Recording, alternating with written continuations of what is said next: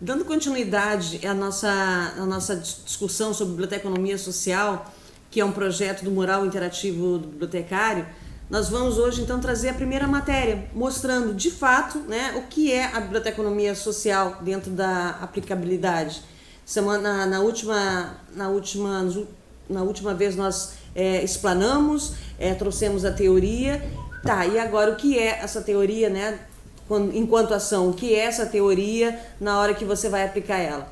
Então nós estamos aqui hoje com a bibliotecária Nair. Nair é bibliotecária do município da cidade de Rio Grande e ela desenvolve, na realidade, um projeto, né, educativo que ela vai nos explicar agora, que nada mais é, na sua essência, né, do que a biblioteconomia social, né, Nair? Com certeza. É uma coisa assim que eu lembro que eu estive aqui ainda enquanto aluna. A Nair nos contou isso e eu falei assim, nossa, mas espera aí, né, a biblioteconomia social não é na época eu não tinha feito a pesquisa, não é um romantismo, ela existe, ela está aí, né, faltava era dar nome aos bois, né, digamos assim. E aí agora que a gente já sabe o conceito disso, né, queria que você explicasse para as pessoas o que de fato é esse teu trabalho, né, o diferencial dele, começando, né, queria que você dissesse para o pessoal, né, se apresentasse, né, dissesse. Você já está há quanto tempo como bibliotecária do município? Há 7 anos. 7 anos, né? Esse final de ano completa 8 anos. Eu sou, então, Nair de Freitas Hermes, bibliotecária. Fui acadêmica da FURG, Universidade Federal do Rio Grande, e atualmente exerço minhas funções no município. Eu trabalho na Biblioteca Pública Municipal Érico Veríssimo, da cidade do Rio Grande, e tenho alguns projetos sociais, sim, que eu considero como dentro da biblioteconomia social.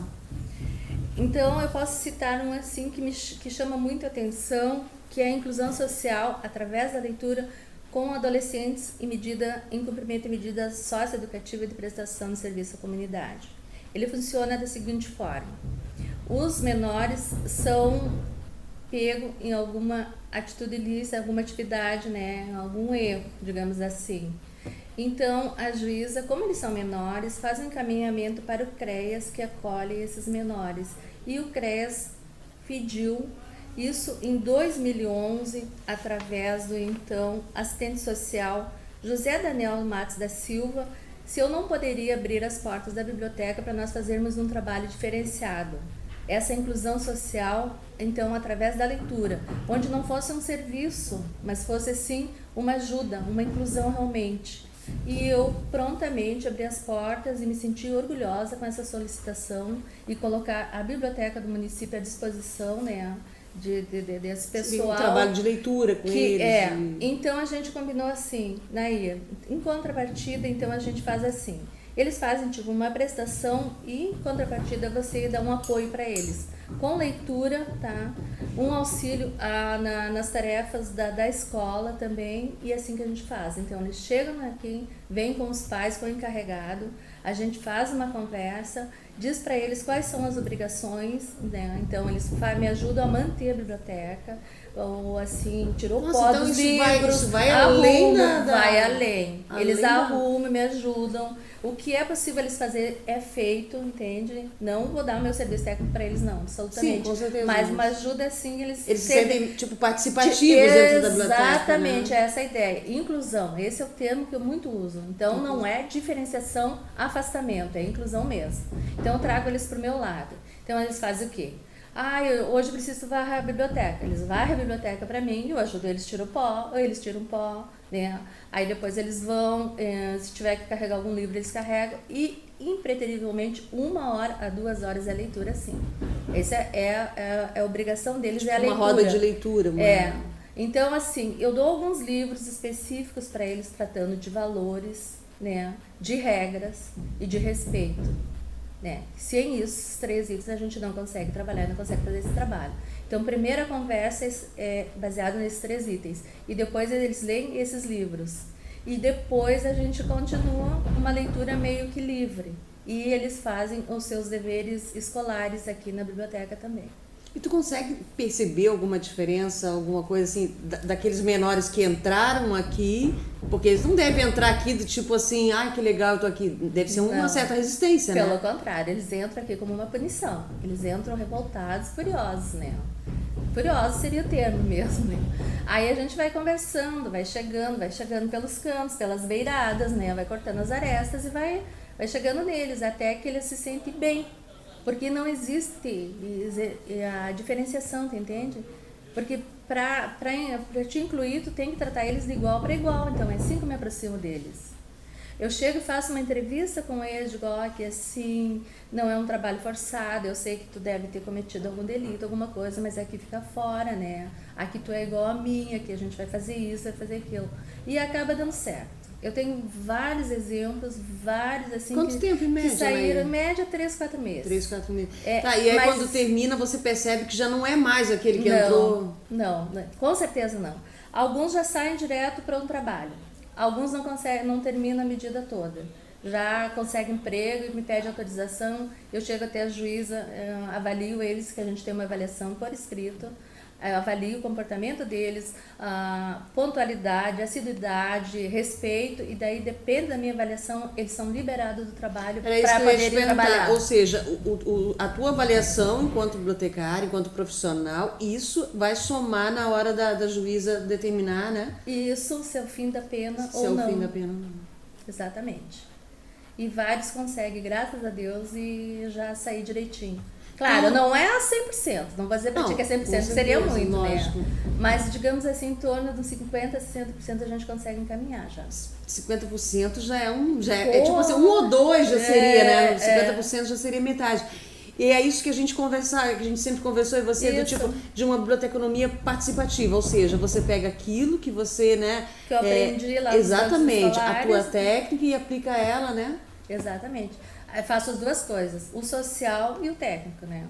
Até pra gente fazer as duas coisas. Eu costumo dizer assim, ó, não existe o social sem o técnico. Somos únicos enquanto, né, bibliotecários dentro da técnica. Mas a técnica sozinha já não dá mais, né? É preciso. Ainda mais aqui, é uma biblioteca, não sei se a gente falou, comunitária, né? É uma biblioteca pública municipal, e ela é essencialmente para a comunidade. Tanto desse bairro, que é na Hidráulica, que ele fica, como os outros podem se associar, podem vir. Escolas a gente atende, a gente faz hora do ponto, a gente tem outro projeto de inclusão também, que é com que a gente retira os menores do trabalho infantil, né, que é da Profilurb 2, que agora virou CRAS, que é o CRAS da Profilurb 2, Ana Lúcia Nádia, também que eles têm um projeto de leitura com a gente. Então eram 4 turmas. E agora, como ele transformou em CRAS, aí só tem os mais, como é que eu vou dizer, os grupos. Mas antes eram os que ficavam lá para os pais poderem trabalhar. Então os menores à tarde ficavam lá nesse centro social. Era centro social antigamente lá também. Eles traziam, núcleo social, desculpa. Eles traziam eles para cá também. E a gente também já trabalhava eles desde pequeno até os 16 anos com esse projeto de leitura também. São os 2 projetos sociais que eu tenho na biblioteca. Esse primeiro que você trabalha com esses menores, né? Ele é desde 2011? Desde 2011. Comecei em 2011, então, como eu te disse, com esse assistente social muito legal na época. Ele também se preocupava com esses menores, né? E não só dar castigo, mas também de dar uma correção, de dar um incentivo, de dar, assim, aquele apoio. Então, esse assistente social que me procurou e eu abri as portas da biblioteca para esse projeto. E é um projeto socioeducativo, mas assim, não é uma coisa que você vê de maneira comum, né? Por exemplo, outro dia eu estava conversando, inclusive, com uma amiga que é bibliotecária de Porto Alegre, ela disse, nossa, mas eu não sabia que tínhamos aí em Rio Grande. Assim como muita gente não sabe que existe esse trabalho do bibliotecário, né? Onde ele pode trabalhar com menores, seria o quê? São menores vulneráveis socialmente, digamos assim? Eles estão... em risco de vulnerabilidade social, isso é. E não é uma coisa comum da gente ver um bibliotecário fazendo, né? Não, na verdade, Kátia, eu tenho muito orgulho disso porque eu sou pioneira na cidade de Rio Grande. Segundo a nossa juíza, que atualmente é a doutora Fúvia Beatriz, ela acha que pioneiro, de repente, até no Rio Grande do Sul. Até no Rio Grande do Sul. Que ela gostou muito do projeto, até enviei para ela, para ela de repente expandir para mais. Porque você consegue setores. Resgatar neles exatamente o que você falou, A aquela autoestima, eles se sentem participativos na biblioteca. E, que nem você falou, não vamos, digamos todos, mas alguns saem daqui leitores, Saem daqui leitores. Muito retornam aos bancos escolares, outros saem sócios da biblioteca, que me orgulha muito, lendo, trazendo os livros de volta. Chegam a frequentar a biblioteca depois. Exatamente.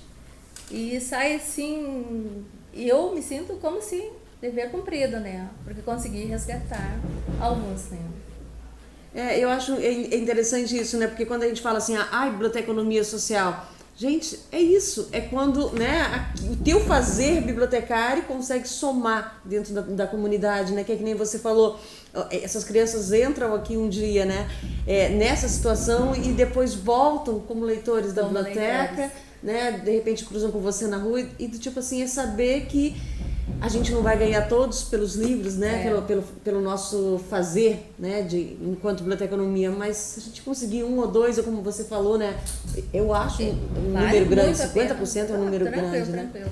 E eu não arranjo só assim prestadores, eu arranjo amigos depois. Eles ficam amigos, né? Porque é uma porta que se abriu. Eles não viam essa perspectiva, né? De repente tem sim um caminho, existe um caminho sim. Então, se tu incluir eles aqui, tu pode ser igual a mim, tu pode ser igual a minha estagiária, pode ser igual a Kátia.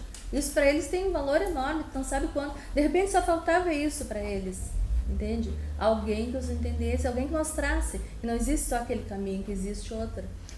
Outra possibilidade. Uma bandeira que eu sempre defendo, que eu digo assim, não existe um outro caminho para o combate da criminalidade que não seja da educação, né? E eu acredito, com certeza, eu acho que assim, eu acho que ainda é o caminho. E se a gente, né, enquanto bibliotecários, a gente conseguir mostrar assim, olha, o caminho é esse e eu tô aqui, se precisar de ajuda, eu tô aqui. Exatamente, é o que eu digo para eles, tu vai, mas volta. Volta, vem me visitar, eu estou aqui, as portas estão abertas, vem buscar livro, tá? Precisar de alguma ajuda, conta comigo. E os que conseguem sair, que não voltam, incorrer em algum erro, que a gente diz erro, entre aspas, né? Realmente, as portas estão abertas. Não é isso, né? Olha, a única coisa que eu tenho para te dizer, a única coisa que eu ainda lamento, que eu não consegui, né, trabalhar com você aqui, eu lembro que você cansou de me convidar, eu chegar ao estágio, você vem, acabei, né, indo para outros caminhos, indo para a cadeia, acabei indo para o CEP, mas enfim... Mas é aquela coisa assim, nunca deixei de ser assim, tua fã de carteirinha, você sabe que eu sempre te falei isso. Desde a primeira vez que eu vim aqui eu fiquei encantada quando você me disse que você trabalhava com isso. Sabe-se lá ser, né, dentro da biblioteca lá na cadeia, de repente, né, um daqueles leitores apenados, algum dos filhos também não estivesse por aqui com você, ou seja, de alguma forma, né, os caminhos da gente se encontraram. Se cruzam. E eu digo, né, quando eu falei para um mural, eu digo, gente, não existe uma outra pessoa para dar início, né, a esse projeto, a essa entrevista, que não seja a Anaí. Porque é um exemplo vivo, né, que a biblioteconomia social está aí, ela é realidade. Precisamos de mais gente, né, para entrar nessa luta com a gente, mostrar que a biblioteconomia, ela vai além, né? É exatamente quando eu digo para o mural interativo, a biblioteconomia é isso, ela, né, ultrapassa muros, ela ultrapassa barreiras, né? Ela é capaz de ser a diferença, né? Com certeza. Então, só tenho que te agradecer e te dar os parabéns, né? Imagina, a pioneira, né? Estamos aí, estamos de porta aberta. Se tu souber de algum outro adolescente, algum outro caso, tu pode encaminhar para cá que a gente faz um trabalho com eles, não tem problema. A gente tem hora do conto, a gente tem hora da leitura, a gente sempre inclui ele nesses grupos, entende? E eu trabalho também com os grupos aqui do CRAS, então e pedir pro pessoal prestigiar, né? Porque a biblioteca ela tem uma página no Face, né? Tem uma página no Face. É a Biblioteca Érico Veríssimo, né? Da cidade de Rio Grande, aqui no Rio Grande do Sul. E se vocês quiserem prestigiar o trabalho da Anaí, tá lá, tem as fotos, tem tudo lá, né, Anaí? Tudo lá, estou à disposição. Então tá, obrigada, Anaí. Eu te agradeço, foi um prazer.